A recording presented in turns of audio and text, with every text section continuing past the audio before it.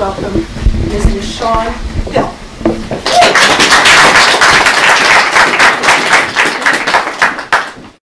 This is a fun piece. Keep your minds open. Misbehaving tonight.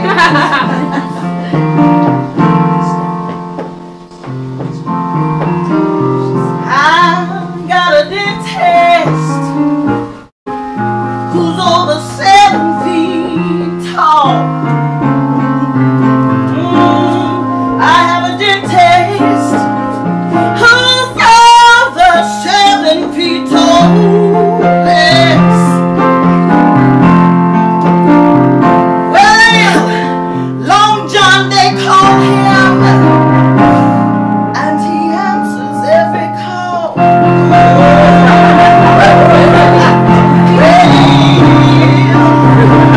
I went to Long John's office and said, "Oh, the pain is killing."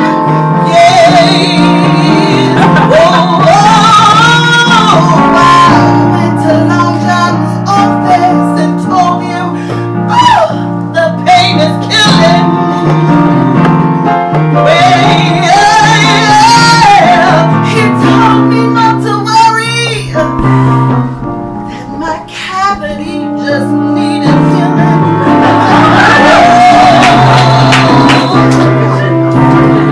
He pulled out his trusty drill. He told me to open wide. He said he wouldn't hurt me, but he filled my hole inside. Long John, oh, you got that golden touch. Yes. Well, you thrill me when you feel me, and I need you so very much.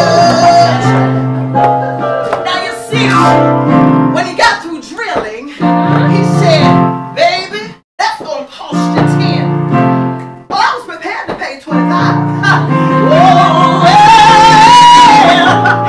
when he got through drilling, y'all, he said, "Baby, that's gonna cost you 10." Well, in 6 months from now, come on back and see me again now. Listen to this right here. See, you're supposed to see a dentist about twice a year. That's right. I feel it throbbing, gonna go back tonight. Oh, John, don't you ever go away. Well, I hope I keep on aching so I can see you every day.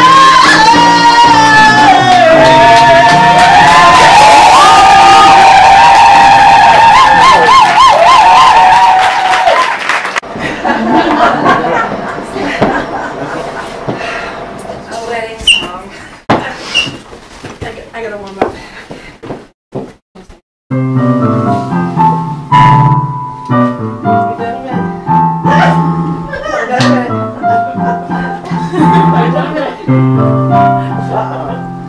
A little intro? A little intro? Yeah.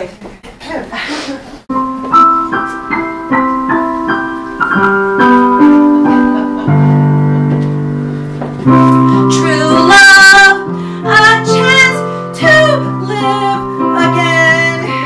It softly begs of you to give again. A lifetime of searching, but the quest is almost through.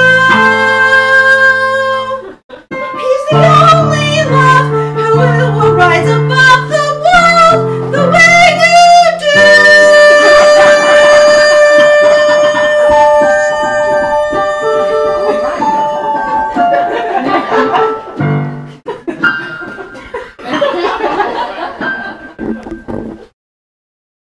True love, a secret that you long to share, is a force with vision of its own, so rare. It drives you, ignites you, and it gently calls your name, till it takes its toll and you give your soul to the one who feels the same, who feels the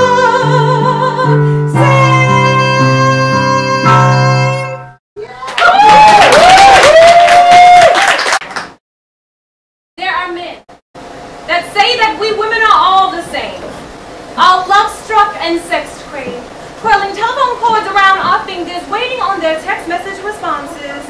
And there are girls that say that we are all damsel, all flower, all torn pieces of lace, waiting on some strong man's hands to sew us back together.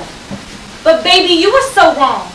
Contrary to popular belief, all women's cries over balconies don't sound like yours. Some sound like battle cries, like hymn, like message to God. I come from a long line of women that knew something about striking out alone, that knew how to have one baby on hip, one in hand, and still take care of home and business all at the same damn time. My ancestors could make mountains out of the pennies in their pockets, and yes, they would be okay.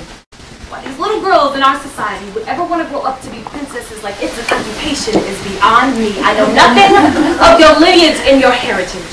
I know nothing of your family tree, but what I do know is what's standing in front of me is a good representation of the other women in your family. Did the matriarchs teach you nothing of survival, not teach you how to wear womanhood like a shield, and not a warning label? These contents in this package are not easily broken because my ancestors, well, they would have never used their voice to call in doves to sweep their floors like Snow White, because they could do that them damn selves, and their hair was never long enough to throw over balconies' edges for Prince Charming to climb up, but they could throw a mean shoe when they got mad and make their voice sound like fire and brimstone. There was no fairy godmother, just God and a mother, which was way more powerful than any magic. There were no magic wands to make shit right, because they had a belt, which made shit right pretty quickly. There was no pumpkin or horse-and carriage to get you where you were going, little girl. There was just bare feet, sheer will and determination running towards freedom, and there was no Prince Charming. No, not in my house. There was just a black man that did what he had to do to provide for his family, and my mother knew if he never came back, well, she was gonna be okay. I don't understand. While princesshood is something to achieve, best believe my little girls will never get caught in the woods or eaten by some scary wolf, because they're gonna use their heart as their compass, their mouth as their bow and arrow, and use Prince Charming's cheating ass for target practice.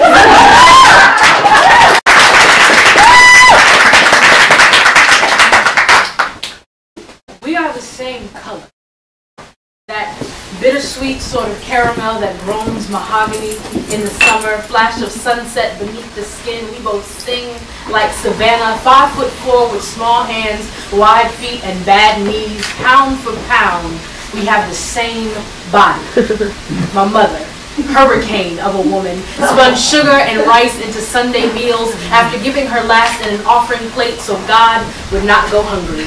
Asked permission to carry communion wafers gone stale from service to service, home to serve us as Monday supper. She said we were blessed with an honor like this. It is his body, she'd say, broken for us. And as always, we give him thanks. You always remember you carry his name. Don't ever forget you wear my face.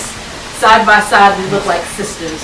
For a moment, till subtle differences take shape. The gray in her locks, the hollow in her throat, the shadow in her eye that does darken with age. She's seen a lot now. Done a few things perhaps as a child she swore she wouldn't. Perhaps even more she couldn't have known would ever warrant such a promise. Most of those in the name of my father, who was in denial about most things. She hid his needles, hid her anger, taught his children not to hate him. Love like hers is made in the quiet space of being rocked away to sleep with arms so frail. One tear might cause the weighted snap of bone through dream. It is battle scarred and iron tipped, beaten bloody more times than we'd like to remember. Her body a patchwork quilt reminder of every time she stood up for her children, each scar a story. more severe than the next. Each bruise will tell you what the beating meant, and these days there is something, not unlike midnight trying to snatch the sunlight from beneath her skin. It is her body, turned in on itself, like some kind of flesh-to-bone civil war, beaten back with pills and prayer and second opinions, that all seem to say the same thing, seem to say that the pain she kept tucked in the pit of her belly is finally trying to break free, a current of poison that courses through veins to river her wrists much like my own. You cannot tell her not to be a hero. She does not understand what that means, nor understand my stance on being the one to give her the donation she needs. It is my body, I say, broken for you, my way of giving thanks, a New Testament in bone ground to the dust for the honor of wearing your face. It is no sacrifice, it's what you would do, and I still carry your name, one hurricane woman to another, to satisfy this cry for rain.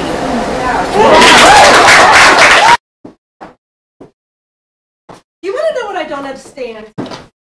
I don't understand society's attitude toward cheating. Cheating. What a misnomer. I mean, it's such a complicated, misused, misunderstood term. Oh, I know what you mean. This woman must be a slut. No, I'm not a slut or a man-hater or a heathen. I just think it's time that we speak intelligently on the subject, especially since my husband's not around. Now, actually, he is. Now, I know there are a few biblical, legal rules against cheating, and you know, they're good arguments. You have to have your high standards, but has anyone taken human nature into account? I mean, think about it. Margaret Mead once said that humans weren't meant to be mated for more than 20 years. Oh, a long time ago, that was easy. You know, in ancient times, you were lucky if you made it till 30. And then after that, an STD, a plague, pox would get you. And you want to know why the Merry Widow was so merry? Because all her marriages were short and sweet. It's harder today to endure the 50, 60-year marathons without getting a little restless. It's just human nature to experiment with the full menu. We weren't all born geese, you know. Now, and I think this is very important. There's several classifications of cheating. Okay, the first one is the dalliance, the quickie, the slip-up, the one-time only event. I mean, you know, man goes to Vegas on a business trip, offs a hooker, and bam, it's over. Sobers up, comes home, no harm done. But the second type, I really consider to be cheating, because everybody winds up getting hosed in the end. The cheater, because this is the long-term, lie-in-your-face, forbidden-fruited affair, okay? The cheater gets hosed because he's complicating his life with something he can't have. The cheated on, because as the spouse, she's not getting the love and the devotion that she wants. And the cheatee, despite being probably a very young, spoiled, well-kept mistress, gold-digging type, will always be number two. Now, I am very proud to say that I have never fallen into that category. My brand of cheating is not really cheating at all. I prefer to call it a correction. If you had been married to the culture I've been stuck with all these years, you would understand. I am the one who raised the children and buried the dogs and messed with the relatives and entertained the colleagues and fed the boundless ego day in and day out. My stolen moments with the grocery bagger, the soccer coach, the UPS man, the FedEx man, fleeting as they may be, have been incredibly satisfying. Now, the few people I've spilled to will say, Marjorie, all it takes is one moment of bliss to lead you to a lifetime of pain. Well, you want to know what? It's worth it. And it's only painful if you get caught. My husband's too stupid to even notice. It's kind of funny what our minister told us a long time ago, 100 years ago, before we even got married. He said, Marjorie, Kenneth, I want you to remember the 3 C's of marriage because they will help sustain you through difficult times. They are communication, compromise, consistency. Well, you want to know what the 3 C's of marriage really are? Cruelty, cunning, and correction. Correction. Now that's no misnomer.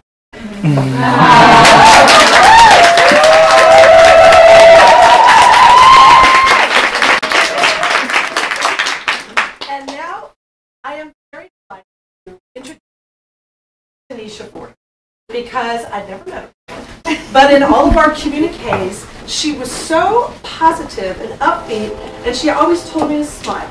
And sometimes you get stressed out and you forget to smile. What she has written is all original, and to tell you the truth, I am excited about hearing it. Please welcome Miss Tanisha.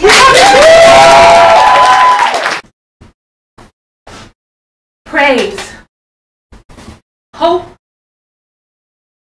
praise, be, praise, dance, praise, praise, give glory, glorified glory, dance, dance a dance, and sing a song so great that the whole world will move in the righteousness and wonder of your thoughts, think, scheme, create, invent, innovation. You are an innovative innovation by an inventive inventor. Venture out. Woman, you are woman.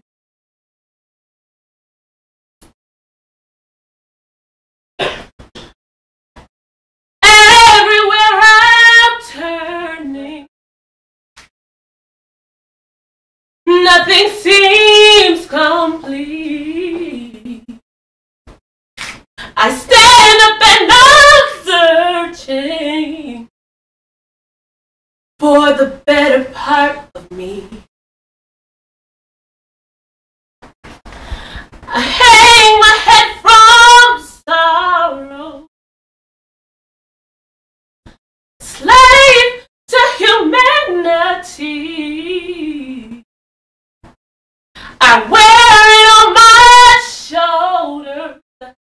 Gotta find the strength in me, 'cause I am a superwoman. Yes, I am.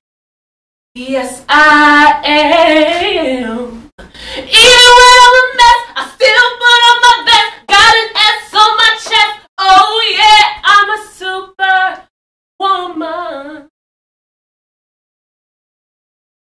I can fly. I can just jump from the highest peak. I can do it. I can do it. I can find new and beautiful things. I can find beauty in places that I've never looked before. I can be anything. I can go anywhere. I believe. This place, it's not my reality. Because if I close my eyes and turn my face upward, suddenly I feel life in my heart. Suddenly, with my eyes closed and my face pressed up towards the heavens, suddenly I'm free. And that's how I know I can do it. No one can stop me. If I'm strong enough to find the life in the face of death, then no one can tell me that I can't open up these wings. If I'm strong enough to live in a world that's dying, then my mind can't conceive the endless possibilities I'll find once I start flying.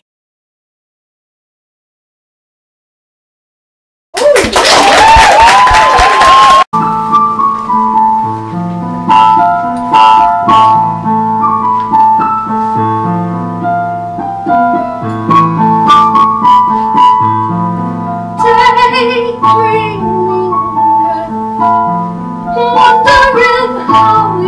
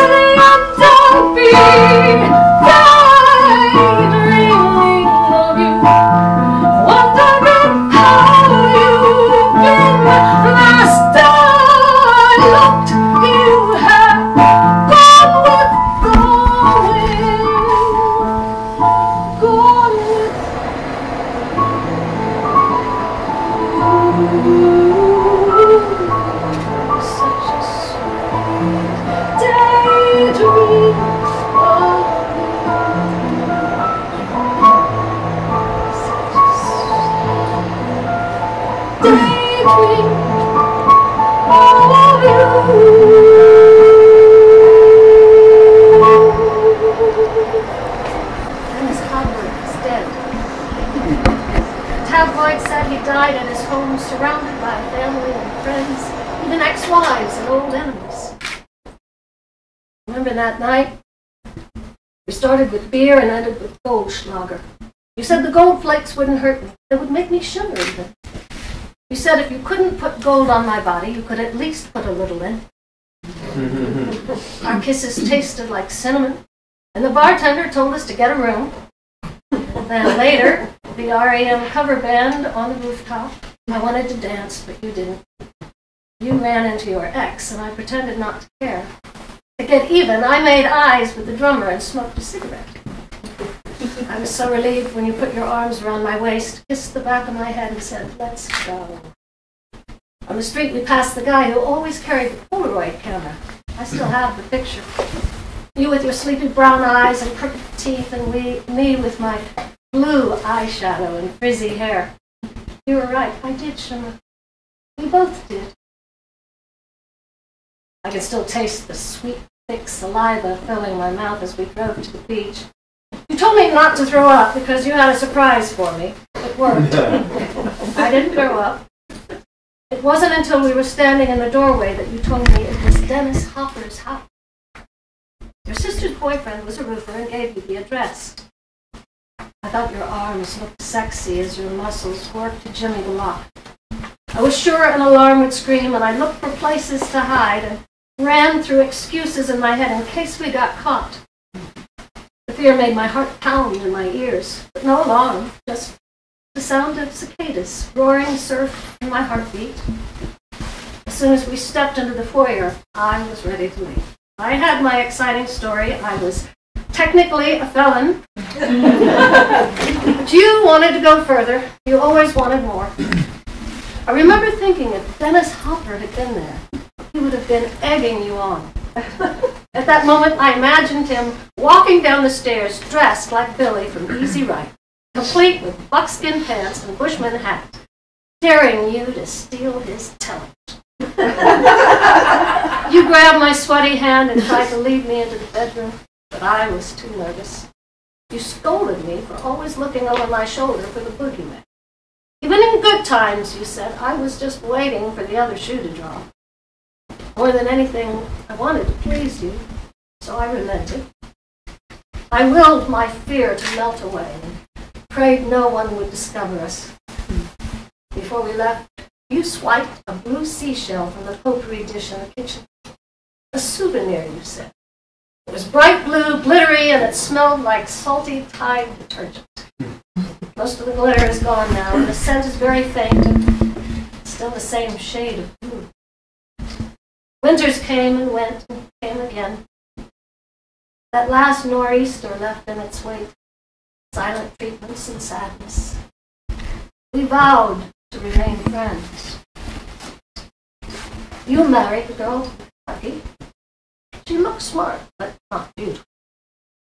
I married Bob, the stucco contractor.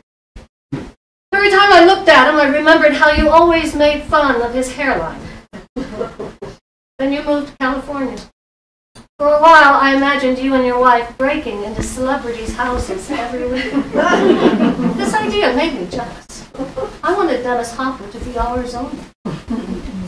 My marriage started to crumble as quickly as Bob's business.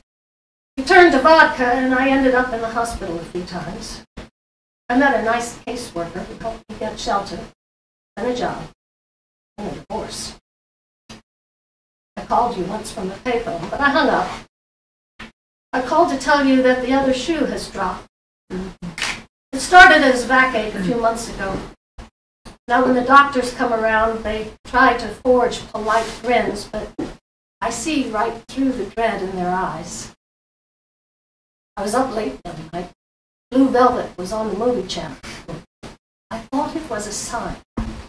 I could have sworn Dennis Hopper was speaking to me through Frank Booth's oxygen mask. It was like he was saying, "Girl, better get your ass in gear, time's running out." So I thought I should let you know how things stand here. It's funny the things you think about when death is at your door. You know you should be thinking about philosophical things like where your soul is going to land, or if it's going to land, how long it's going to take before you people you leave behind stop hurting. But as I lie here listening to my good lung keep time with the rhythm of the record, all I can think of is that night. We're driving away from Dennis Hopper's house. The windows rolled down, the dense, sticky breeze is making our hair dance about our young, fresh faces. I prop my elbow on the open window and then stretch my arm out, surrendering it to the force of wind. I rest my head on my arm as I breathe in the hot, fast night. When I touch my arm with the tip of my tongue, salt makes my mouth. I look up at the stars. You grab my other hand, the one resting on your thigh. Kiss it. I look at you and smile. And then you brush the hair away from